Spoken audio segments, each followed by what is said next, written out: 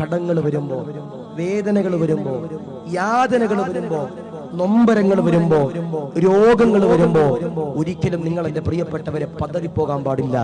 ലാ തഹ്സൻ ഇന്നല്ലാഹു മഅനാ. നിങ്ങൾ സങ്കടപ്പെടരുത്, നിങ്ങൾ കരയരുത്. വിഷമിക്കുന്നവന്റെ കൂടെ അള്ളയുണ്ടെന്ന് അള്ളാഹുവിന്റെ പരിശുദ്ധമാക്കപ്പെട്ട ഖുർആൻ. നമുക്ക് എന്റെ പ്രിയപ്പെട്ടവരെ ഒരു തുണ്ട് ഭൂമിയില്ല, നമുക്ക് ക്യാൻസറാ, നമുക്കൊരു വാഹനമില്ല, നല്ലൊരു കുടുംബ ജീവിതമില്ല, നമുക്ക് മക്കളില്ല. ആ സമയത്ത് ഒരാളുടെ മുമ്പിലും എന്റെ പ്രിയപ്പെട്ടവരെ നമ്മൾ കൈനീട്ടാൻ പാടില്ല. നമ്മൾ ദുആ ചെയ്യേണ്ടത് ഏക ഇലാഹായ റബ്ബിനോടാണ്.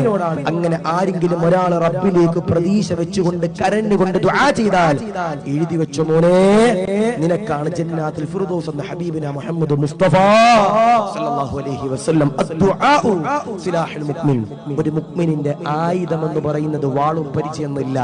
ഒരു മുഅ്മിനിന്റെ ആയുധം എന്ന് പറയുന്നത് എന്റെ പ്രിയപ്പെട്ടവരെ ദുആയാണെന്ന് ഹബീബിന